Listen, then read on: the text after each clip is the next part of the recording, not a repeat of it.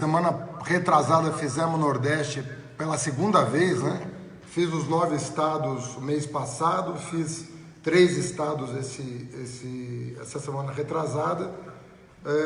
Hoje eu tenho que gravar o último programa, que vai na quinta-feira ser veiculado, e amanhã tem o debate da Globo, que é o último debate. Então devo estar no Rio de Janeiro para o último debate da Globo. Mas rodei bastante, Geraldo.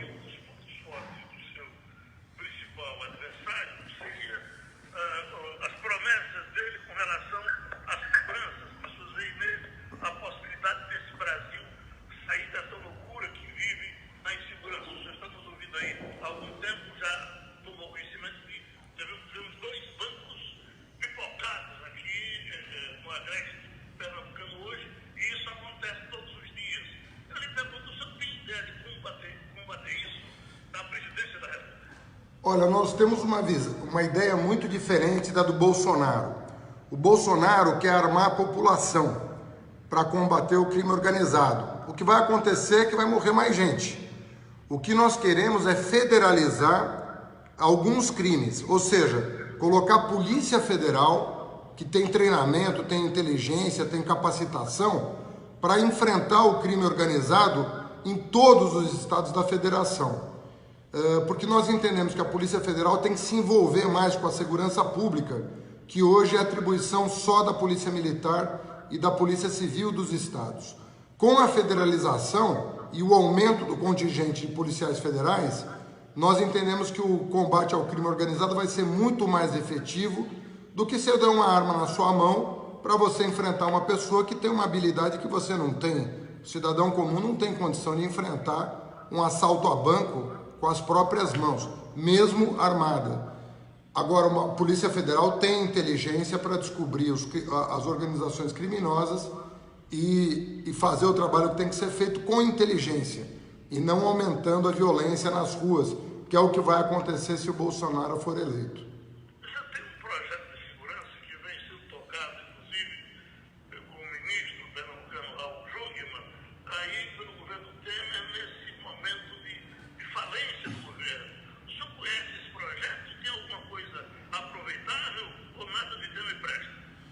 Olha, infelizmente, o governo Temer termina melancolicamente. Né? É muito triste ver o país na mão do Temer, e o que eu vejo de mais triste ainda é o Bolsonaro querer dobrar a aposta do governo Temer. Quando o Bolsonaro fala em cortar o 13º, cortar o Bolsa Família, cobrar imposto de renda de quem ganha menos de 5 salários mínimos, ou seja, o oposto do que nós estamos propondo. Nós estamos propondo que quem ganha até 5 salários mínimos não pague 1 centavo no imposto de renda. Eu vejo com tristeza essa política econômica que o Bolsonaro... É que o economista dele, o Paulo Guedes, que é a única pessoa que ele confia, é banqueiro. E os banqueiros acham que o Brasil só volta a crescer se os pobres ganharem menos e os empresários ganharem mais. Esse é o problema que está em disputa hoje na campanha presidencial. Aqueles que estão do lado dos trabalhadores, imaginando que aumentando o poder de compra vão aquecer a economia, e o Bolsonaro que acha que cortando o poder de compra do trabalhador e aumentando os lucros dos banqueiros, a economia vai ser aquecida.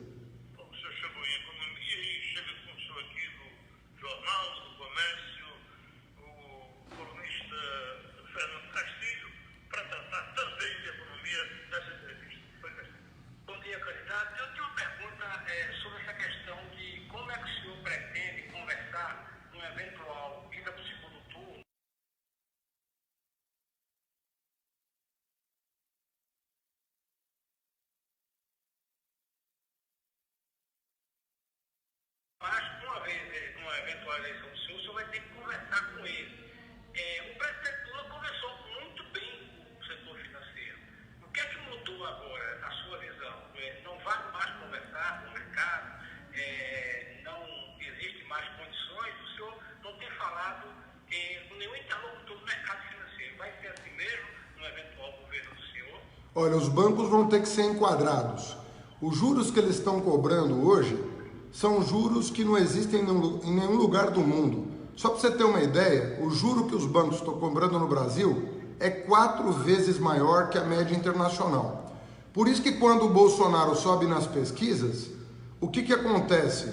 a ação dos bancos sobe, porque o Bolsonaro quer proteger os bancos das medidas que eu quero tomar. E a outra coisa que interessa aos bancos, que o Bolsonaro está prometendo, é vender as estatais brasileiras lucrativas, como a Petrobras. Isso vai inviabilizar o Brasil, porque vai aumentar ainda mais o preço dos combustíveis no Brasil, o preço do gás, o preço do diesel, o preço da gasolina. Ele já disse, se precisar eu vendo a Petrobras. Não sou eu que estou dizendo, está gravada essa mensagem do Bolsonaro. Se precisar eu vendo a Petrobras. Então os bancos estão do lado dele, eu entendo, porque os bancos querem ganhar dinheiro na especulação, mas no meu governo os bancos vão sentar à mesa comigo. Mas é para negociar a redução dos juros, para que o empreendedor possa abrir o seu negócio, para que o consumidor possa fazer um crediário e para quem está devendo poder pagar a sua dívida pagando um juro normal e não pagando 100% ao ano, 200% ao ano como é hoje. Candidato, como é que o senhor usou a expressão de enquadrar os bancos? O senhor podia explicar para a gente o que seria enquadrar os bancos, obrigá-los a baixar a taxa de juros? Que mecanismo o governo, o presidente, tem para usando essa expressão, enquadrar os bancos? Nós vamos usar o instrumento que a lei prevê, que é o Banco Central. O Banco Central não pode regular só a taxa de juro que o governo paga para os bancos, a chamada Selic. O Banco Central tem que regular também o juro que ele cobra do consumidor. E é isso que o Banco Central não tem feito. E nós vamos introduzir agora regras em que o Banco Central seja obrigado também não só a regular a taxa de juros que o governo paga para os banqueiros na dívida pública, mas os juros que o consumidor e o empresário pagam para o sistema bancário, sobretudo o sistema privado. Mas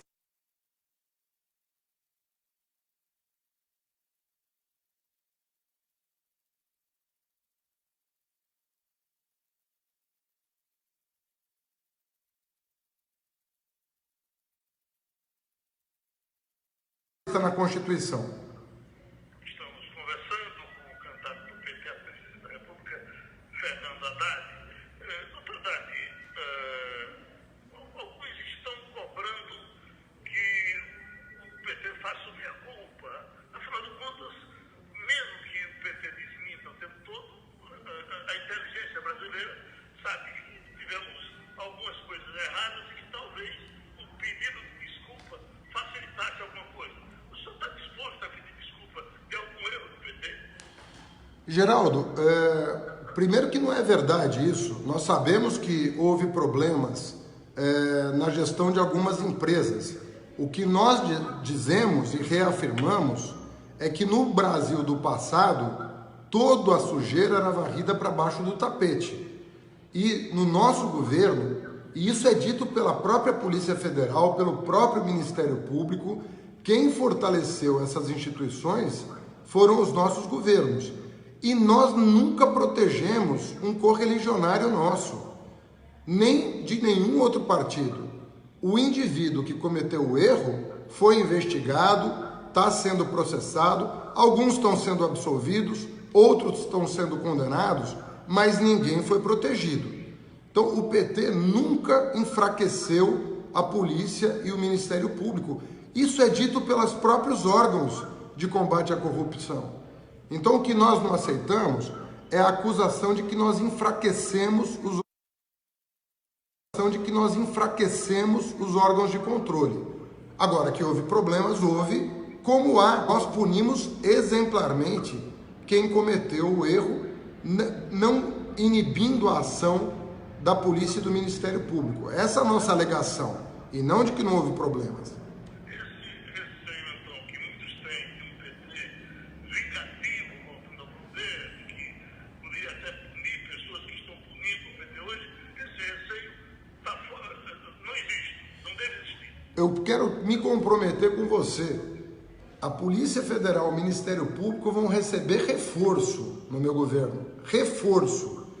Nós vamos pactuar porque o governo Temer está enfraquecendo a polícia e o Ministério Público e voltando a jogar para baixo do tapete a sujeira que acontece nos governos. Nós vamos reforçar a polícia, reforçar o Ministério Público. Isso é um compromisso solene que eu tenho com vocês, todos ouvintes que estão nos acompanhando. Não tem mão na cabeça. Agora, isso não significa, Geraldo, que a justiça não possa cometer erros. Por isso que existe recurso. Por que existe recurso? Se não fosse necessário recurso, bastava o juiz de primeira instância. Não precisava recorrer para outra instância. Então, nós temos que garantir também o amplo direito de defesa. E nós reafirmamos que, em alguns casos, existe erro judiciário. No caso do presidente Lula, é flagrante o erro. E nós queremos que os tribunais superiores corrijam o erro que foi cometido contra ele. Porque, efetivamente, ele só foi condenado sem provas para não participar das eleições. Todo mundo sabe disso. Se você perguntar no exterior, para as grandes lideranças internacionais, chefes de Estado, intelectuais, cientistas, todo mundo sabe que o erro aconteceu contra o Lula. Na ONU já se sabe disso. O Papa já sabe disso. Então também não vamos aqui dizer que negar a um cidadão um direito que é consagrado para qualquer pessoa, que é o direito de ver reparado um erro que foi cometido. Isso não tem nada a ver.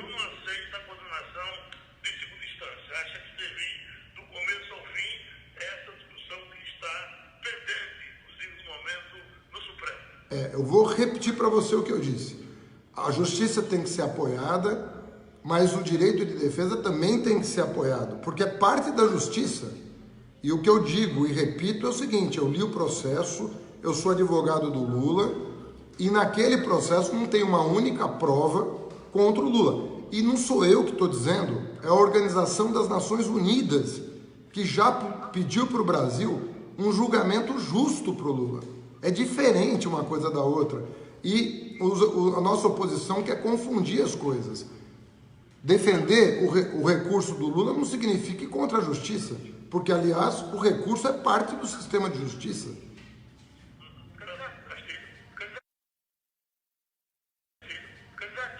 Quando o senhor fala aí que o PT não protegeu ninguém que foi acusado, a gente não pode deixar de José Dirceu. Eu, particularmente, gostaria de saber qual é o papel do ministro José Dirceu na sua campanha e uma eventual eleição de Fernando Haddad, qual seria a contribuição, na visão do PT, que ele pode dar. Em resumo, eu quero saber o que o ministro José Dirceu vai contribuir com o seu governo, até porque ele disse em entrevistas o PT está voltando ao poder, o ministro José Dirceu, que, segundo o senhor, não protege ninguém, mas... Palavra, nenhum papel. Para ficar bem claro para quem está nos ouvindo e para você. Não há nenhum papel. O presidente Lula vai ter algum papel de destaque no seu governo, porque se a gente admitir que o candidato Fernando Haddad vá ao segundo turno eleja, o senhor é advogado de Lula. Em 1º de janeiro, o presidente deixa de ser advogado de Lula, o presidente eleito, Fernando Haddad, vai a Curitiba despachar com o presidente Lula? Olha, o Lula é, na minha opinião, o maior estadista da história desse país. E é a pessoa que mais projetou o Brasil no mundo, por boas razões. Porque foi quem mais expandiu as oportunidades de educação. Graças a Deus fui ministro dele da educação e nunca vi tanto pobre filho de trabalhador entrar na faculdade pública e pelo ProUni, pelo FIES, como no meu período. Foi o presidente que matou a fome do brasileiro, é o presidente da transposição, é o brasileiro que efetivamente emancipou o Nordeste, deu um horizonte para a região mais judiada pelos governos na história, 500 anos do Brasil. Então o presidente Lula, sempre que puder, vai ser ouvido como uma voz muito importante no Brasil.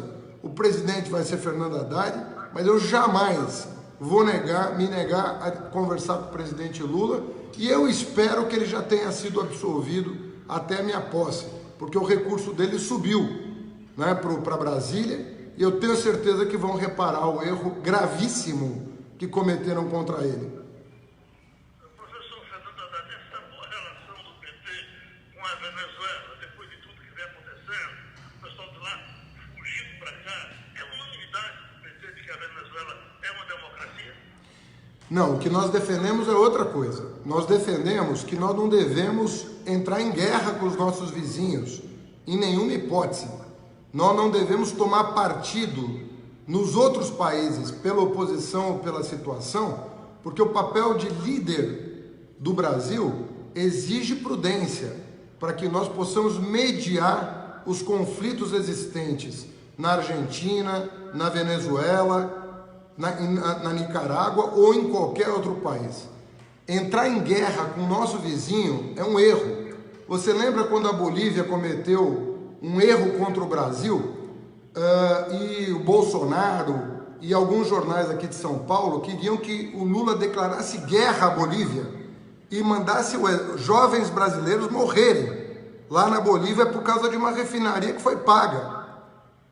Ou seja, o Brasil, no meu governo, não vai entrar em guerra com nenhum vizinho, não vai arrumar atrito com nenhum vizinho. Nós vamos, pela nossa liderança, mediar conflitos.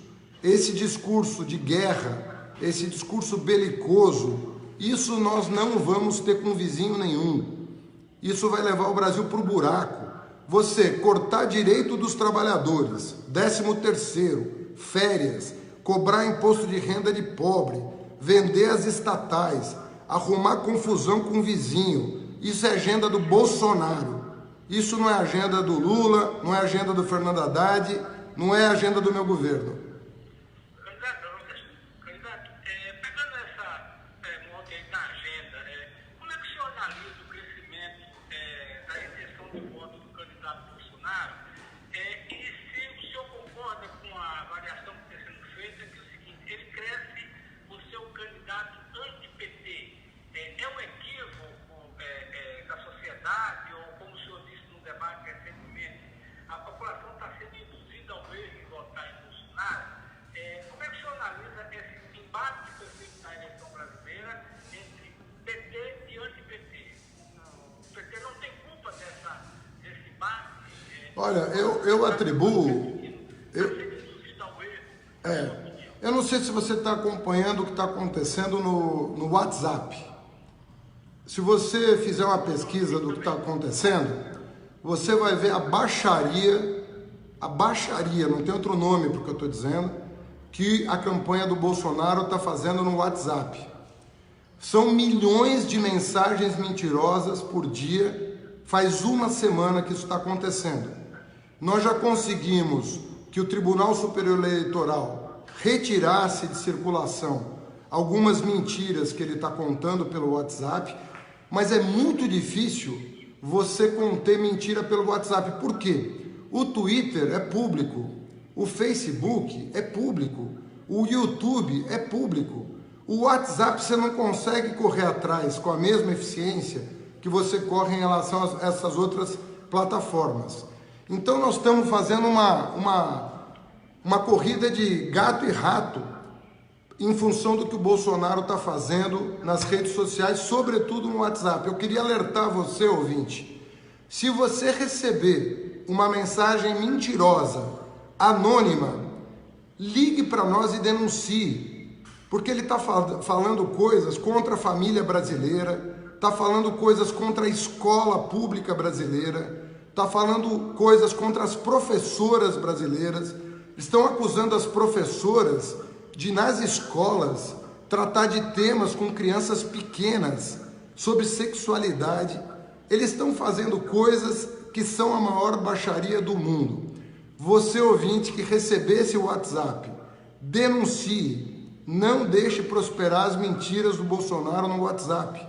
Isso está confundindo a opinião pública, pessoas de boa fé, pessoas religiosas, pessoas que têm valores familiares e que estão sendo confundidas por essa onda de boataria no WhatsApp. Se ele fosse valente, como ele diz que é, ele enfrentaria isso olho no olho e não pelo WhatsApp. O WhatsApp é coisa de covarde, não é coisa de político sério. Professor Fernando Haddad, há algum tempo o ex-presidente Fernando Henrique vem dizendo que se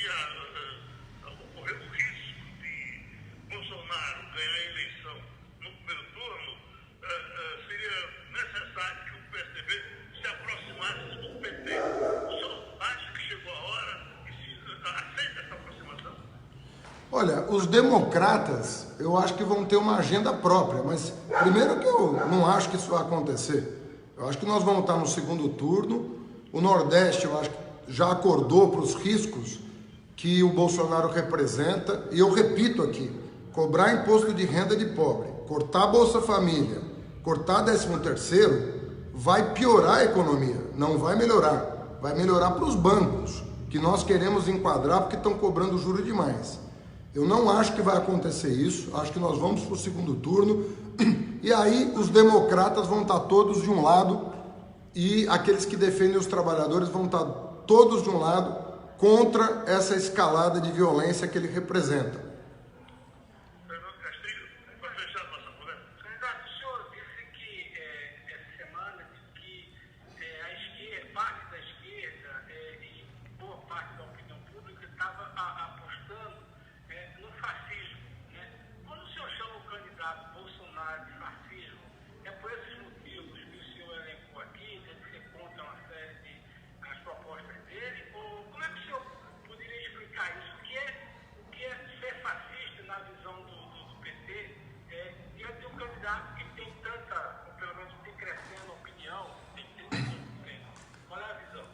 Olha, na Alemanha nazista e na Itália fascista, também votaram em pessoas basicamente parecidas com ele, cortando o direito de trabalhadores e proporcionando a escalada do armamentismo, da violência. Então, todos aqueles que pregam intolerância contra o negro, sobretudo contra o negro, contra a mulher, na minha opinião, essa intolerância gera mais violência e não menos violência, que é o que está acontecendo. O número de homicídios no Brasil, ano passado, bateu recorde, não por coincidência, no mesmo momento em que essa figura surge no cenário nacional. Então nós estamos com uma ameaça à democracia, uma ameaça aos direitos dos trabalhadores e à paz social no Brasil. É isso que eu acho que ele representa.